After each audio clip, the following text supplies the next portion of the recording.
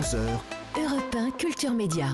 Philippe Vandel. Bonjour Louise Bernard. Bonjour Philippe, bonjour tout le monde. Louise, au sommaire de votre journal des médias. Hugo Clément menacé par des chasseurs hier soir.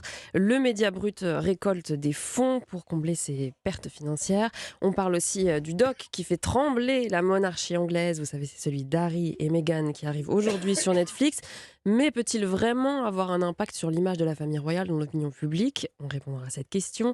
Et qui est la personnalité de l'année du magazine Time ? Et puis une pensée en fin de journal pour le seul otage français retenu dans le monde. C'est un journaliste. Mais d'abord, on va commencer par les audiences avec la première journée normale depuis longtemps, puisque c'est la première journée sans foot Oui. qu'ont regardé les Français. Hier soir, les compteurs sont remis à zéro. Du coup, c'est pas TF1 qui est leader hier soir, c'est France 2 avec la fin de la saison 2 de la série Les Invisibles.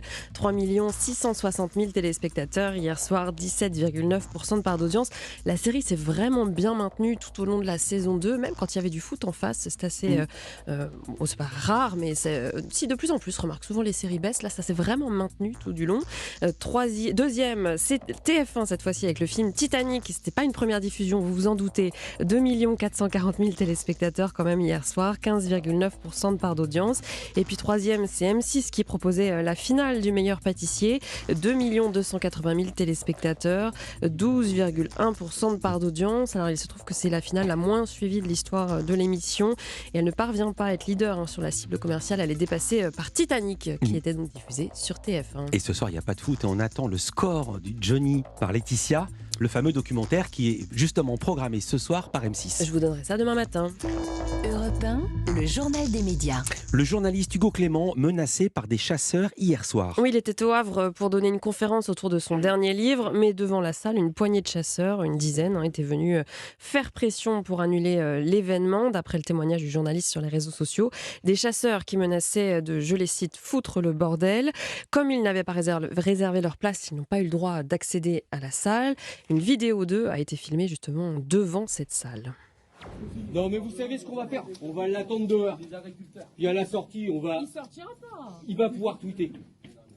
Il va pouvoir tweeter. Oui, tweeter Parce que c'est du beau goudron et des de plumes. faire le malin. On va s'en occuper. Bon par contre, il prévoit les bleus pour sortir quand même plus les CRS. On va l'attendre dehors. Et sur Twitter, Hugo Clément a remercié le public, les forces de l'ordre qui ont donc dû intervenir, le service de sécurité et les organisateurs qui, dit-il, n'ont pas cédé face aux intimidations. Et le journaliste ajoute la violence pour faire taire. Mais on ne se taira pas. Hugo Clément, qui est régulièrement menacé par les chasseurs. Alors c'était sur les réseaux sociaux, surtout à cause de ses prises de position régulières contre la chasse. Et puis dans son livre, d'ailleurs, il consacre un chapitre entier à la chasse. Mais c'est la première fois que des chasseurs venaient à sa rencontre. Hugo Clément qui sera notre invité lundi matin dans Culture Média. Non pas pour cette raison, mais l'invitation avait été lancée bien avant. Le Média Brut est parvenu à récolter des fonds pour renflouer ses caisses. Oui, c'est le Figaro qui rapporte ce matin que le média en ligne a réussi une levée de fonds pour faire face à ses difficultés financières. Alors ce sont ces actionnaires déjà existants qui ont à nouveau injecté de l'argent, à savoir Xavier Niel, BPI France, James Murdoch via son fonds Lupa System, François-Henri Pinault aussi via la holding Artemis ou encore le fonds Tikehau, mais pas seulement, un nouvel actionnaire américain également, toujours d'après le Figaro. Et puis des discussions seraient aussi en cours avec un autre potentiel actionnaire, Rodolphe Saadé, patron de CMA-CGM, dont on a récemment parlé dans ce journal, souvenez-vous, c'est lui en fait qui a racheté le groupe La Provence, lui aussi qui avait fait une offre pour M6 avant que la chaîne ne soit finalement plus à vendre. Dans l'actualité également, la fameuse série documentaire dont on parle beaucoup, qui parle de Harry et de Meghan, sort aujourd'hui sur Netflix. Celle qui fait déjà trembler Buckingham Palace avant même sa mise en ligne. Ça y est, ça vient d'être fait, c'était à 9h, car Netflix a diffusé ces derniers jours des extraits, une bande-annonce et un teaser qui ont donné le ton. Alors on s'attend à des révélations sur la relation du couple avec la famille royale. Écoutez notamment ces deux petites phrases prononcées par Meghan et Harry. Avec des enjeux aussi importants, est-ce que ce n'est pas mieux de raconter notre histoire nous-mêmes ? Personne ne sait toute la vérité, à part nous. La première partie est donc mise en ligne là à l'instant. La seconde, la semaine prochaine. Netflix joue la carte du suspense jusqu'au bout. Rien n'a encore filtré avant la mise en ligne car la presse n'a pas eu accès en fait en avant-première aux épisodes. Le mystère a même été entretenu pendant des mois car on savait depuis longtemps qu'un documentaire était prévu. Mais on a par exemple découvert très récemment que ce n'était pas un documentaire mais une série documentaire en 6 épisodes. Les bandes annonces aussi ne sont pas sorties des mois ou des semaines à l'avance comme c'est parfois le cas avec d'autres programmes de Netflix. Non, elles ont été mises en ligne quelques jours avant. D'ailleurs, la date de diffusion aussi a été annoncée au dernier moment. On la connaît que depuis 3 jours. Quant au contenu, eh bien, on est loin de ce qui avait été annoncé. C'est ce que m'a expliqué Adélaïde de Clermont-Tonnerre, qui est directrice de la rédaction de Point de Vue. Pendant très longtemps, ça avait été présenté plutôt comme quelque chose portant sur leurs activités caritatives. Or, on s'aperçoit que ce n'est pas du tout le cas, que vraiment là, on est dans les codes des révélations intimes, avec des photos et des images de Harry et Meghan sur leur canapé, pas habillés particulièrement, pas maquillés, montrant leur désespoir, leur lassitude. On voit des images de Meghan essuyant des larmes. Donc, on n'est pas du tout dans le caritatif, mais vraiment dans l'intimité de leur histoire, et c'est vendu comme tel. On va vous raconter ce qui s'est passé derrière les portes, on va vous dire toute la vérité. La série documentaire donc fait déjà beaucoup parler d'elle en Grande-Bretagne. Chaque image des bandes annonces a été décryptée, critiquée, commentée.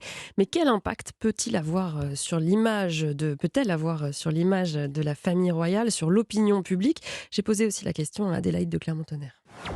Beaucoup de gens font bloc autour de la famille royale. Ils considèrent que Harry et Meghan sont très gâtés, qu'ils ont une vie très confortable et que c'est déloyal de saper ainsi l'institution monarchique. Pour les jeunes, ça peut avoir un impact très négatif parce que cette histoire d'amour entre Harry et Meghan a fait rêver.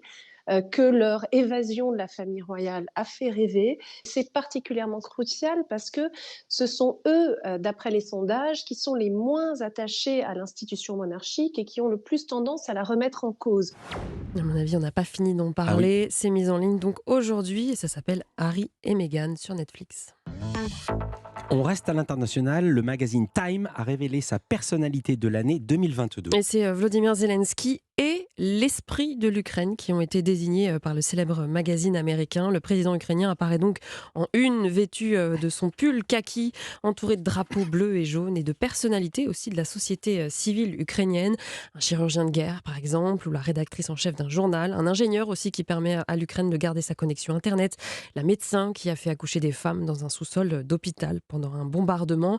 Toutes ces actions sont saluées par le magazine, notamment le rédacteur en chef qui justifie ce choix du Time pour avoir prouvé que le courage peut aussi être contagieux. Voilà ce qu'il écrit, que la peur, pour avoir incité les gens à s'unir pour défendre la liberté, pour avoir rappelé au monde la fragilité de la démocratie et de la paix. À noter aussi que le magazine a désigné les femmes iraniennes comme héros, héroïnes de l'année.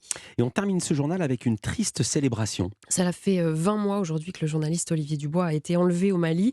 Il est retenu par un groupe djihadiste, un journaliste indépendant qui travaillait pour plusieurs rédactions, notamment Libération, Le Point, Jeune Afrique.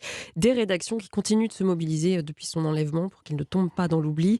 Libération lui consacre d'ailleurs un article, 2 pages dans son édition du jour.